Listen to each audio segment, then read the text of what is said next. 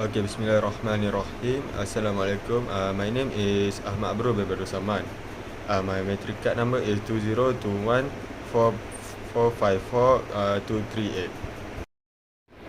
Revlon is an American multinational company dealing in cosmetic, skincare, fragrance, and personal care. The headquarters of Revlon was established in New York City on March 1, 1932, where it still remains.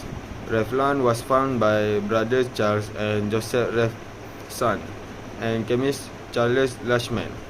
Revlon products are sold in 150 countries, and the company has many global locations including Mexico City, London, Paris, Hong Kong, Indonesia, Sydney, Singapore, and Tokyo. In August 2020, American Bank City wrongly wired 900 million to creditor of Revlon. The wire sparked a protracted legal fight. In October of the same year, the bank was fined 400 million by the US bank regulator. As a result of the risk in control system was ordered to update the technology. On September 28, 2021, the UK infected blood inquiry heard evidence about more use of hemophilia treatment product during the 1970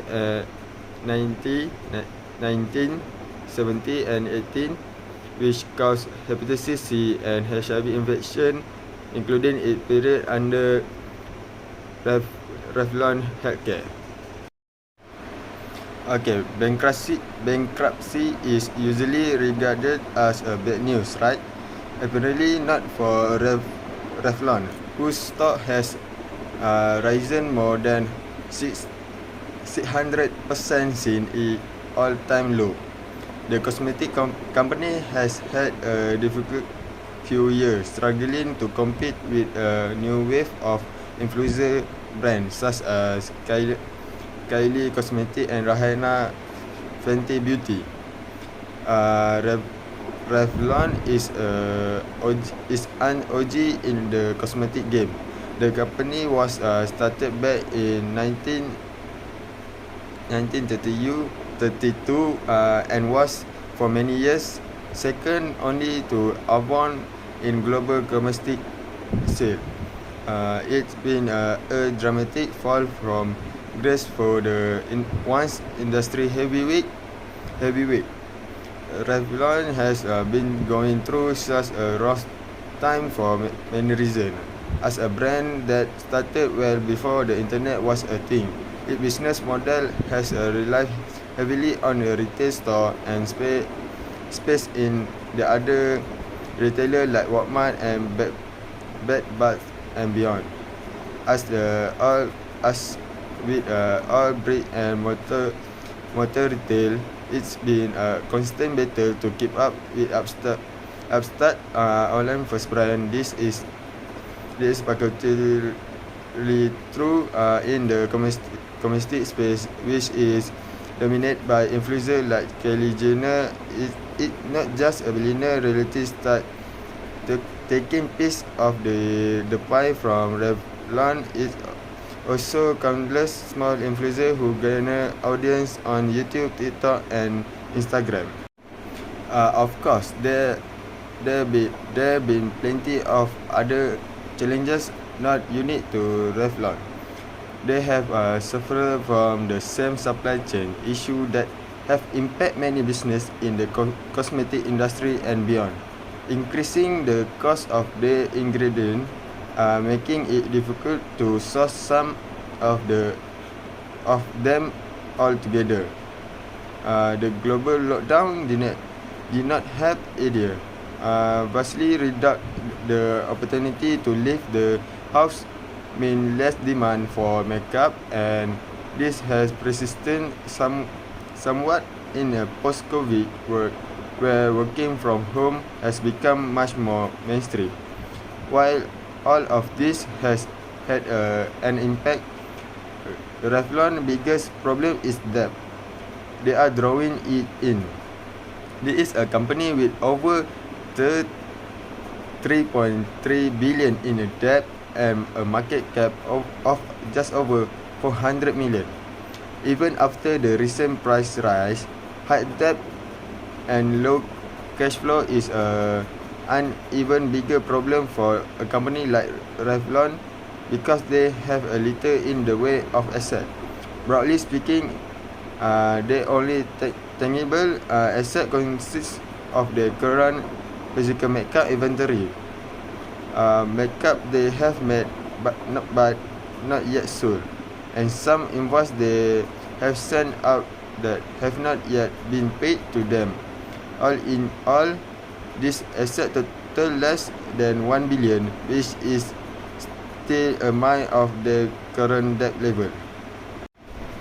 The term bankruptcy often lead to thought of a business closing down entirely and ceasing to exist.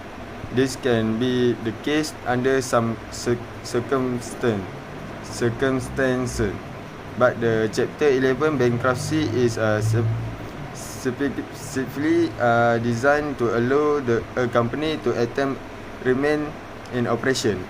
It's often called a resignation bankruptcy because it allows the business to shuffle debt around, write some off, and potentially continue operating after this is all done. It is actually a very common practice in corporate American, with big names like General Motors, Kmart, Ford, and J.C. Penney all having Chapter 11 bankruptcy in the past. Chapter 11 bankruptcy aims to completely overhaul the capital structure supporting the business while keeping the customer-facing component as intact as possible, at least initially. Whenever a company declares bankruptcy, a big line form of people and organizations who want their money back. Where you stand in the line depends on what type consider priority claims, so they get paid before any other debt can be cleared. After that, secure creditors like banks are usually the first step of the rank before moving down the line to unsecured creditors, bondholder, and supplier. For companies with significant real assets such as property, plant and equipment, or IP that could be liquidated, there may be a sizable portion of cash that administrator can access to pay these creditors. In the case of the company like Revlon, with a little in the way of tangible asset, this is unlikely. The most common outcome in this circumstance is that this creditor agree to accept equity in a new corporate entity in exchange for their debt. As a simple example, this could mean that Bank A, who lent Revlon 100 million, would agree to settle the debt for equity in Revlon 2.0. Shareholders are generally last in the line. So while that means that shareholder could receive some cash, hypothetically, the likelihood is that they will be left with nothing. This is why a position in Revlon right now is mega risky. It's a scenario where shareholders could see the position go to zero, depending on the outcome of Chapter 11. But one is up the sleeve could dramatically change the shareholder fortune. That's all from me. Thank you.